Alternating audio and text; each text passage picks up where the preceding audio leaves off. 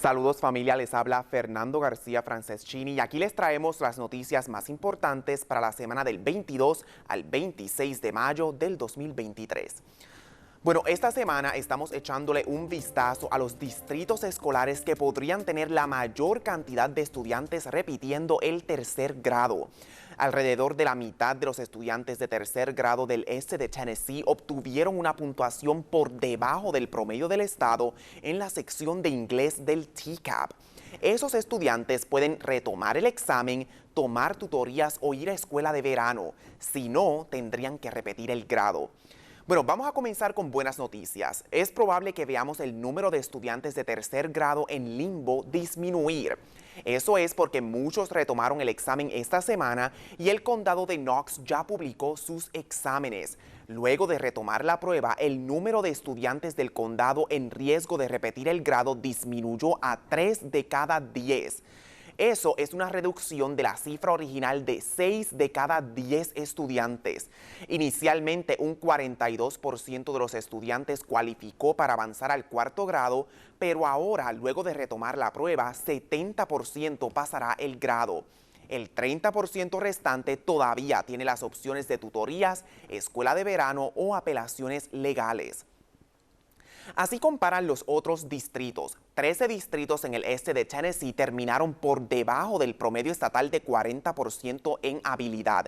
Esos distritos los ve en ese mapa en su pantalla ahora mismo en color rojo. Los 14 distritos en verde terminaron por encima del promedio. Y los distritos en amarillo son áreas donde los distritos de la ciudad terminaron por encima del promedio, pero el condado terminó por debajo del promedio. El distrito de Maryville obtuvo el promedio más alto en todo el este de Tennessee con tan solo un poco menos de 75% en habilidad. Eso significa que solo 20 de sus casi 400 estudiantes de tercer grado no obtuvieron las calificaciones adecuadas. Le sigue el distrito escolar de Oak Ridge con un poco menos de 59% de habilidad y en tercer lugar el distrito de Clinton con 55%.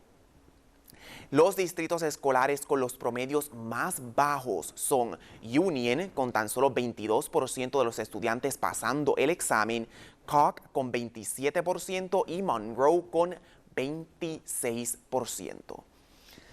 Bueno, ahora pasamos a una actualización en el condado de Union. Un nuevo reporte revela que un incendio que mató a 5 personas, incluyendo 4 niños, fue intencional. Ese incendio, por cierto, ocurrió en enero. El reporte revela que Charles Al-Jumaili le disparó y mató a Bree de 15 años, Gabriela de 5 años, Evelyn Rose de 5 años y Audrey Quinn de 9 años. Y luego de dispararles, incendió la casa. Bueno, en una carta cerrando el caso, Jared Effler, el procurador general del distrito, dice que Charles es el culpable de los asesinatos y el incendio. Él era el padre y abuelo de esos niños. El procurador dice que el sospechoso los mató antes de prender la casa en fuego y suicidarse. Su esposa dice que Charles sufría un trastorno bipolar y que era paranoico. También reveló que él estuvo meses diciéndole que un demonio en su cabeza lo atacaba. Luego de la muerte del sospechoso, fiscales anunciaron que nadie sería acusado en el caso. Investigadores estudiaron la posibilidad de que la esposa de Charles haya tenido algo que ver en los crímenes, pero las autoridades dicen que ella estaba en otro condado cuando todo esto ocurrió.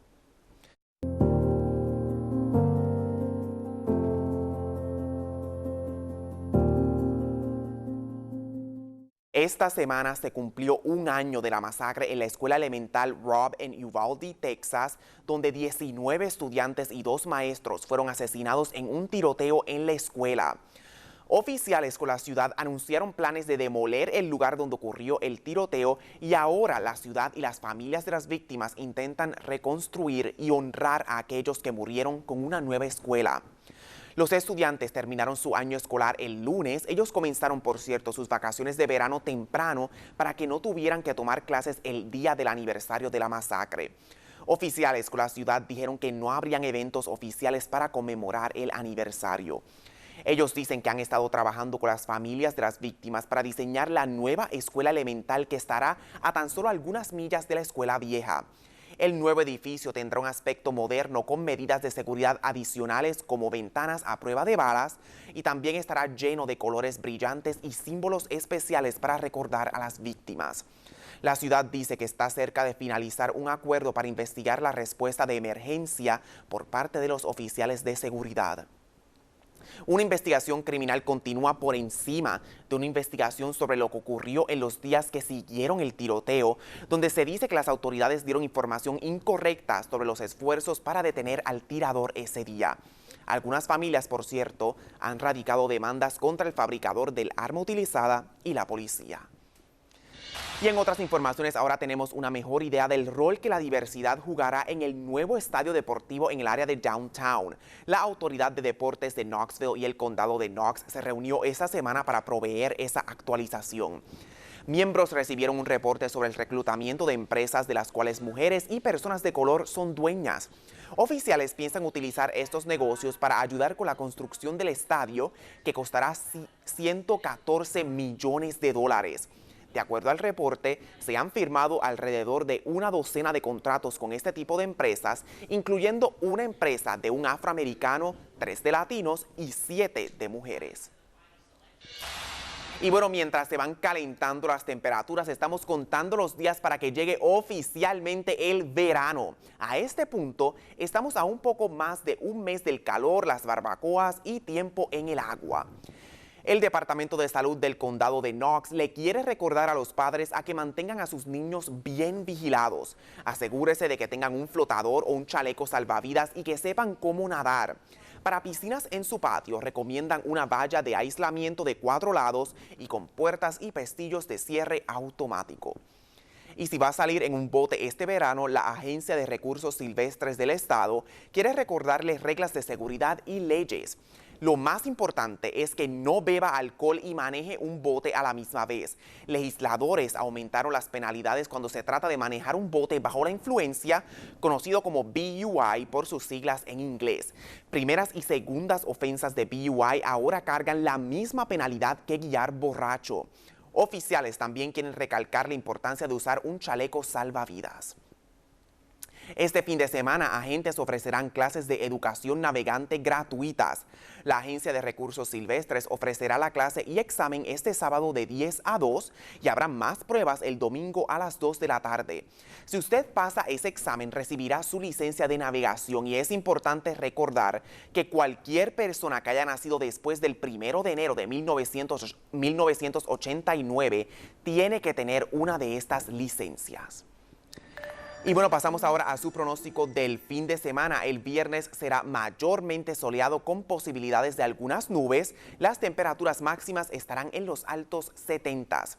El sábado será también entre mayormente soleado y parcialmente nublado, con algunas leves posibilidades de algunos aguaceros. Las temperaturas máximas estarán en los medios 70s. Y el domingo será mayormente nublado con posibilidades de aguaceros. Las temperaturas máximas estarán en los bajos y medios 70s.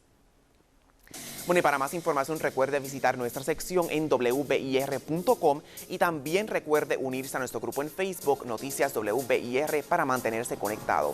Les habló Fernando García Franceschini y será hasta la próxima.